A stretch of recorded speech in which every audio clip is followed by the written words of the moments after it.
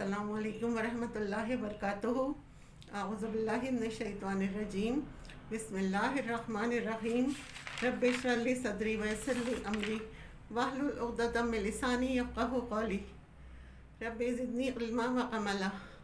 या मुक़ल्लिबल क़ुलूबि सब्बित क़ल्बी अला दीनिक। या रब्बी लकल हम्दु कमा यंबग़ी लिजलाली वजहिका व अज़ीम सुल्तानिक। हम पढ़ रहे हैं सूरह अल बक़रा का तर्जुमा और उसकी तफसीर। आज जो आयतें पढ़ेंगे वो हैं 122 और 123। इसका तर्जुमा और इसकी तफसीर पढ़ेंगे। बनी इसराइल हज़रत याक़ूब अलैहिस्सलाम की औलाद थे। उन्हें अल्लाह ने दुनिया में जिस काम के लिए चुना था कि वो ख़ुद भी अल्लाह की इबादत करें और इताअत करें और दूसरों को भी अल्लाह की तरफ बुलाएं। इस काम की वजह से अल्लाह ने उन्हें दीगर कौमों का इमाम बनाया। मज़ीद डिस्कस करने से पहले इस वीडियो को लाइक करें, शहनाज मकसूद चैनल को सब्सक्राइब करें और बेल आइकन को ज़रूर क्लिक करें। रहनुमाई के मनसब पर फाइज किया और बाकी तमाम जहानों वालों पर फजीलत दी, लेकिन आहिस्ता आहिस्ता उनके अंदर अपने मकसद का एहसास और शऊर कम होता गया, हत्ता कि जब उन पर ज़वाल आया तो वह ये भी भूल गए कि किस काम के लिए वो भेजे गए थे और जिस काम के लिए उनको इज़्ज़त दी गई थी, फजीलत दी गई थी। इसके बजाय उन्होंने ये समझ लिया था कि शायद ये फजीलत उन्हें इसराइल की नस्ल होने की वजह से मिली है। वो उसे नस्ली और ग्रोही फजीलत समझने लगे और अपने चूज़न और अल्लाह के पसंदीदा बंदे होने की वजह क्या समझने लगे कि वो एक ख़ास नस्ल में से हैं और जो भी इस नस्ल में से है वो अल्लाह का पसंदीदा है। हालांकि किसी की भी फजीलत इस बिना पर नहीं होती कि वो किसी का बेटा है। इससे कोई फ़र्क नहीं पड़ता कि कौन किसका बच्चा है, जब तक कि वो काम ना करे जिसकी वजह से उसको इज़्ज़त दी जानी चाहिए। इल्ला ये अल्लाह सुब्हानहू तआला ने उनके इस एहसास को तोड़ने के लिए आखिरी नबी मोहम्मद मुस्तफ़ा सल्लल्लाहु अलैहि वसल्लम को उनकी नस्ल में से उठाने के बजाय बनी इस्माइल की नस्ल में से उठाया। अब इसकी पूरी तारीख़ यहाँ बयान की जा रही है और सूरह बकरा जहाँ से शुरू हो रही है, इसका जहाँ से आगाज़ हो रहा है, मुसलसल 10 रुकू तक इनको इनकी तारीख़ बताई गई। उन्हें अल्लाह से डरने का कहा गया, भूला हुआ सबक याद दिलाया गया और नबी सल्लल्लाहु अलैहि वसल्लम पर ईमान लाने को कहा गया और उन्हें बार बार ये समझाया जा रहा है कि देखो अल्लाह से डरो, अपनी इस्लाह कर लो, मोहम्मद सल्लल्लाहु अलैहि वसल्लम पर ईमान ले आओ ताकि तुम क़यामत के दिन की रुसवाई से बच सको। लेकिन इन सारी नसीहतों के बावजूद बनी इसराइल जिस सरकशी और तकब्बुर और जिस अनाप का शिकार हुए, जिस हसद का वो शिकार हुए, उन्होंने वो करके ना दिया जो अल्लाह सुब्हानहू व तआला ने उनसे चाहा। बहरहाल यहाँ पर कहा जा रहा है, या बनी इसराइला, ए बनी इसराइल, उस्कुरू नेमती, याद करो मेरी नेमत को। सबसे पहली नेमत जो अल्लाह अपने बंदे पर करता है वो ये है कि उसे ईमान की दौलत अता करता है। उन्हें मूसा अलैहिस्सलाम जैसे पैगंबर दिए गए, उन्होंने आकर उनके ईमान की तजदीद की, क्योंकि फ़िरौन के जुल्म सितम का शिकार होकर वो ये भी भूल गए थे कि हम कौन हैं और हमारा दीन क्या है। उनका ईमान ना होने के बराबर रह गया था। फिर अल्लाह ताला ने मूसा अलैहिस्सलाम के ज़रिए उन्हें उनके दुश्मन से निजात दी। ये भी एक बहुत बड़ी नेमत थी उनके लिए और उनके सामने उनके दुश्मन फ़िरौन को हलाक किया, जिसकी तफसीलात हम पीछे पढ़कर आ रहे हैं। फिर मूसा अलैहिस्सलाम की क़यादत में ये समंदर पार करके सहरा में पहुँचे। ना वहाँ खाने को था ना पीने को था। अल्लाह ताला ने उनको खाने के लिए भी मनोसलवा दिया, पीने के लिए 12 चश्मे फूट निकाले और सहरा में उनके ऊपर बादलों का साया किया। ये सारे इनामात थे अल्लाह ताला के उनके ऊपर। फिर ये कि उनमें अंबिया भेजे, एक के बाद एक मुसलसल, उनको वो तरक्की दी जो उसके बाद किसी और कौम को नहीं मिली। दाऊद अलैहिस्सलाम और सुलेमान अलैहिस्सलाम के ज़माने में इन तमाम नेमतों का यहाँ एक अजमाली ज़िक्र किया जा रहा है कि मेरी नेमतों को याद करो, अल्लती, वो जो अनअमत अलैकुम, तुम पर मैंने इनाम की थी, किस किस तरह से तुम्हें मैंने नवाजा था। व अन्नी फद्दलतुकुम अलल आलमीन, और इन सब नेमतों में से बड़ी नेमत क्या थी कि मैंने तुम्हें सब जहान वालों पर फजीलत अता की, इमामत अता की, लीडरशिप दी। क्या करने को?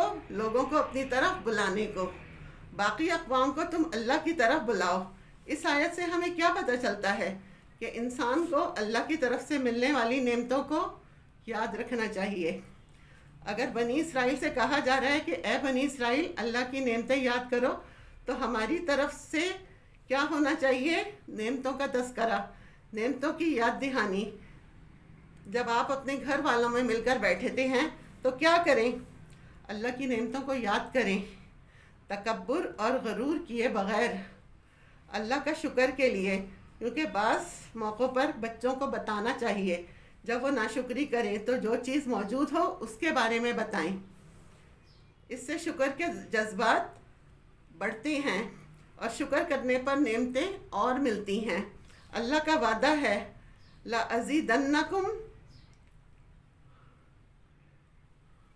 ला इन शकुरतुम वला अज़ीदन्नकुम, अगर तुम शुक्र अदा करोगे तो मैं तुमको और ज़्यादा दूंगा। एक और बात इस आयत से ये पता चलती है कि अल्लाह ने लोगों में से बास को बास पर फजीलत दी, बास कौमों को बास कौमों पर फजीलत दी। इसी तरह अल्लाह ने बाज़ रसूलों को बाज़ रसूलों पर फजीलत दी।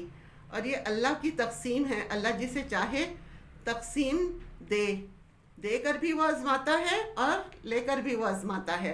यानी बनी इसराइल को अल्लाह ने किस तरह आज़माया? अल्लाह ने देकर आज़माया, और बाज़ को अल्लाह ताला तकालीफ में मुब्तला करके आज़माता है। जिसको अल्लाह कुछ दे तो उसे क्या करना चाहिए? शुक्र। और जिससे अल्लाह कुछ ले ले तो उसे क्या करना चाहिए? सब्र। क्योंकि ये ज़िंदगी है ही इम्तहान। जिनको दिया जाता है उन पर भी इम्तहान होता है। यही कामयाबी का रास्ता है, इसके बग़ैर कामयाबी नहीं हो सकती। वत्तक़ू यौमन, क़यामत के दिन से बचो। ला तज्ज़ी नफ्सुन अन नफ्सिन शैआ, जिस दिन कोई शख्स किसी के काम नहीं आएगा, हत्ता कि कोई औलाद को अपनी ना बचा सकेगा, क्योंकि सबको अपनी ही पड़ी होगी। उनकी ये गलती दूर की जा रही है कि तुम ये मत समझना कि तुम अंबिया की औलाद हो, नेक लोगों की, तो वो तुम्हें छुड़वा लेंगे। आज आप देखें हमारे माशरे में भी ये कॉन्सेप्ट पाया जाता है कि हम सैयदों की औलाद हैं। वला युक़बलो, ना कबूल किया जाएगा, मिन्हा, इससे, अदलुन, कोई मुआवजा, कोई पैसा, कोई फ़िदिया, हत्ता कि कोई ज़मीन भरकर सोना भी देना चाहे तो वो भी ना लिया जाएगा, फिर भी ना छोड़ा जाएगा किसी को, कोई भी मुआवजा ना लिया जाएगा। वला तनफ़अ शफ़ाअतुम, और ना कोई सिफारिश काम देगी। जो अल्लाह को नाराज़ करके मरा तो कल को ना उसके कोई पैसा काम आएगा, ना इंसान काम आएगा, और ना किसी की सिफारिश, वसीला और वास्ता फ़ायदा ना देगा। शफ़ाअत कहते हैं इस वसीले या वास्ते को जिसके ज़रिए कोई फ़ायदा हासिल किया जाए और नुकसान से बचा जाए। इसका ये मतलब नहीं कि शफ़ाअत है ही नहीं, शफ़ाअत है। शफ़ाअत दो तरह की हैं, ख़ास शफ़ाअत और आम शफ़ाअत। ख़ास शफ़ाअत ये है शफ़ाअत कुब्रा उज़्मा, हुज़ूर सल्लल्लाहु अलैहि वसल्लम जब शफ़ाअत करेंगे अल्लाह ताला से कि क़यामत कायम कर दी जाए, हिसाब किताब शुरू किया जाए, अल्लाह ताला के आगे सिजदे में पढ़ेंगे, आहोज़ारी करेंगे, हम्दो सना करेंगे, फिर दुआ करेंगे। ये कब होगा? जब लोग हशर के दिन के तवील होने की वजह से घबरा उठेंगे, क्योंकि हर शख्स तन्हा होगा, वो होगा और उसका अमल होगा। कोई किसी का ना बोझ पूछेगा, ना कोई भाग रहा होगा। सब लोग थक जाएंगे और कहेंगे या रब अब हमारा फ़ैसला कर दे, चाहे जहन्नुम में ही हमें भेज दे। लोग बेजार आ चुके होंगे, इतना तवील दिन होगा। कुछ लोग इकट्ठे हो जाएंगे, आदम अलैहिस्सलाम के पास जाएंगे और कहेंगे आप सबके बाप हैं, अल्लाह ताला ने आपको अपने हाथ से बनाया था, आप अल्लाह से जाकर दुआ करें हमारे लिए कि हिसाब किताब कायम करो। वो कहेंगे मैंने जन्नत में फल खा लिया था। फिर वो नूह अलैहिस्सलाम के पास जाएंगे, फिर इसी तरह मूसा और ईसा अलैहिस्सलाम के पास आएंगे। اس کی لمبی تفصیلات ہیں، اور پھر آخر میں نبی صلی اللہ علیہ وسلم کے پاس آئیں گے، اور پھر محمد صلی اللہ علیہ وسلم مقام محمود پر کھڑے ہوں گے اور اللہ تعالیٰ سے سفارش کریں گے، پھر اللہ کے اذن سے حساب کتاب شروع ہوگا۔ شفاعت عام یہ ہے نبی صلی اللہ علیہ وسلم بھی کریں گے، اور بعض قبائل کے لوگ آپ کی شفاعت کی وجہ سے جنت میں بھی جائیں گے، اور بعض کو جہنم سے نکالا جائے گا۔ اور عام یہ ہے کہ ملائکہ بھی کریں گے، نیک لوگ بھی کریں گے، اللہ انہیں یہ حق دے گا، لیکن کفار کے حق میں شفاعت نہیں ہوگی، اور شفاعت جو ہے یہ اللہ کے اذن سے ہوگی۔ یہاں کہا جا رہا ہے دیکھو شفاعت پر مت بیٹھے رہنا، نیک کام کرو، کچھ نہ کر کے اگر شفاعت کے بھروسے جیتے رہے تو ایسی شفاعت کام نہ آئے گی، وَلَا هُمْ يُنصَرُونَ، اور نہ وہ دور کیے جائیں گے۔ وآخر دعوانا ان الحمد للہ رب العالمین۔